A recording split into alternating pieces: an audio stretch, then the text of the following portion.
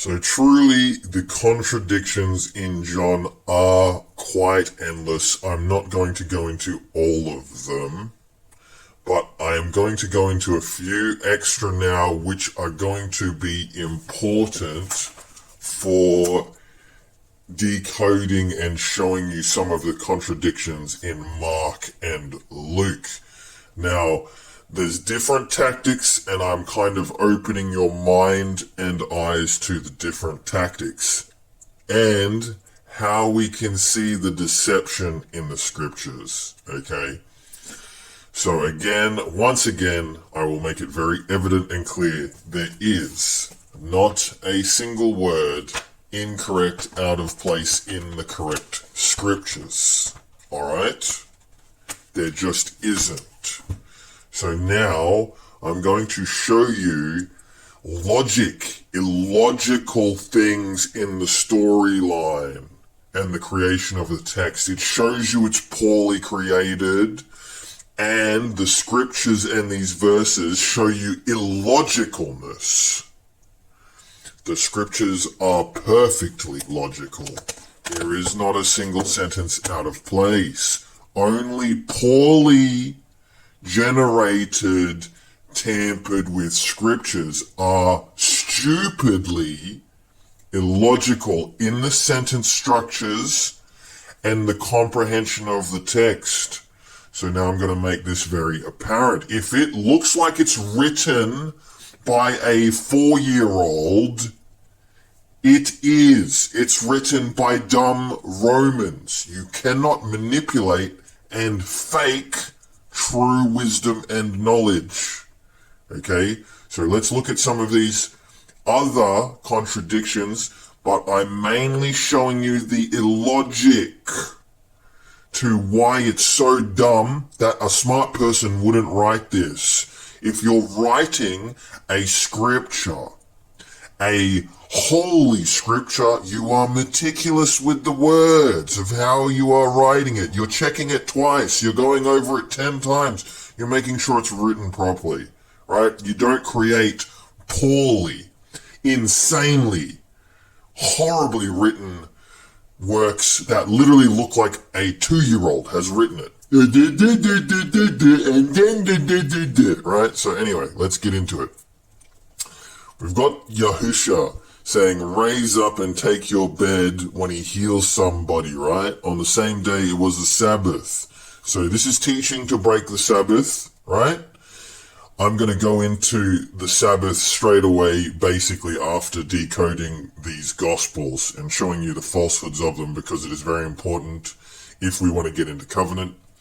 I don't expect you to comprehend why picking up the bed and walking is not on, right? The Sabbath is strict. I'm going to go into this later.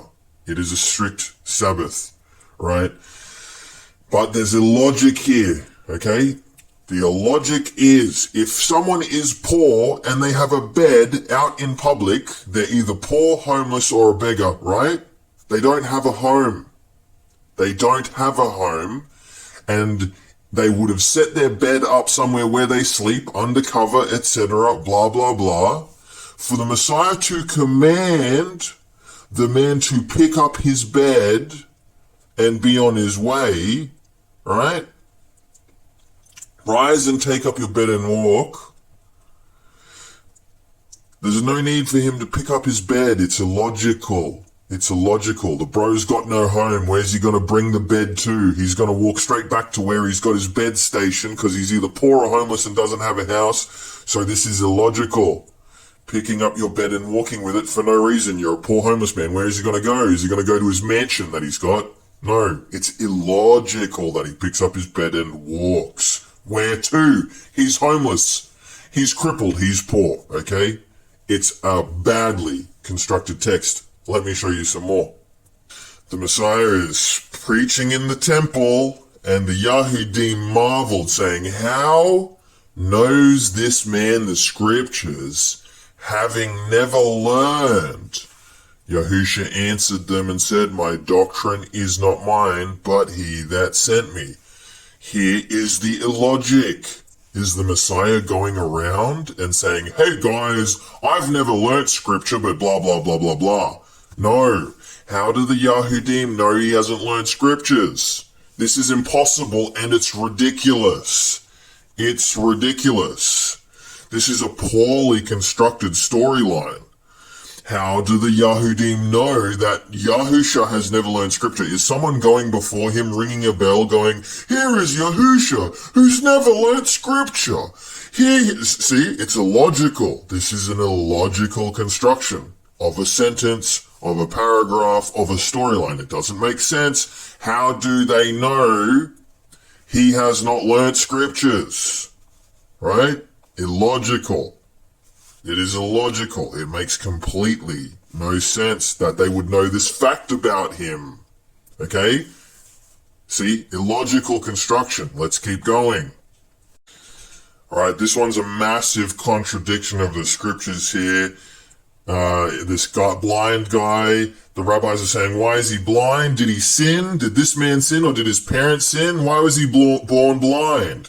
And Yahusha answered, neither has this man sinned nor his parents, but that the works of Elohim should be manifest in him. So he's blind because I'm going to come and heal him and show you. No, this is a violent contradiction of Deuteronomy 28 curses, where the Father very meticulously outlines what happens to you if you don't follow his way. He's going to curse your seed. He's going to curse you. He's going to curse your bloodline and family. He's going to make people in your bloodline blind. The Messiah is never going to say this. He is never going to go against the teachings of the cursings of Deuteronomy 28, which outlines what happens to you if you ignore the Father's will. This is some weird, bizarre, self-righteous grandiosity dribble. Again, massive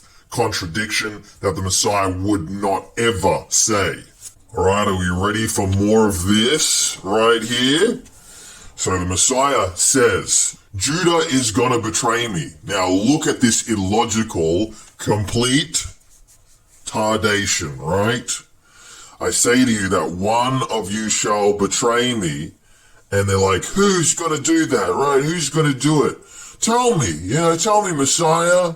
Tell me who it is. Literally, right here. Tell me who it is.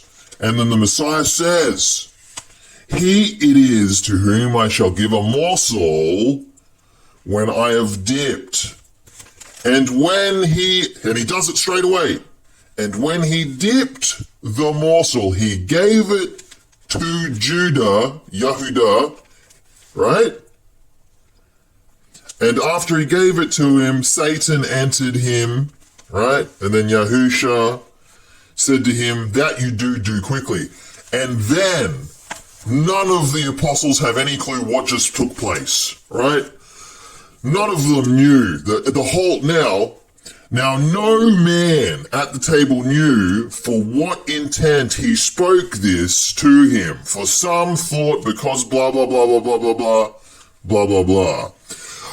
They literally ask him, who is going to betray him? Oh, it's whoever I dip this morsel of bread into and give it to. Here's me dipping the morsel of bread. Here you go, traitor. And then everyone has no clue what's just happened. No clue. Please tell us who's going to be the traitor. It's who I dip this morsel of bread and give to. I'm going to dip a morsel of bread and then I'm going to give it to the person. Dips the morsel of bread, gives it to the person. And none of them know who the traitor is. Duh! Does this sound like a logical construction of a sentence that would take place? No, this sounds space tarded. Duh!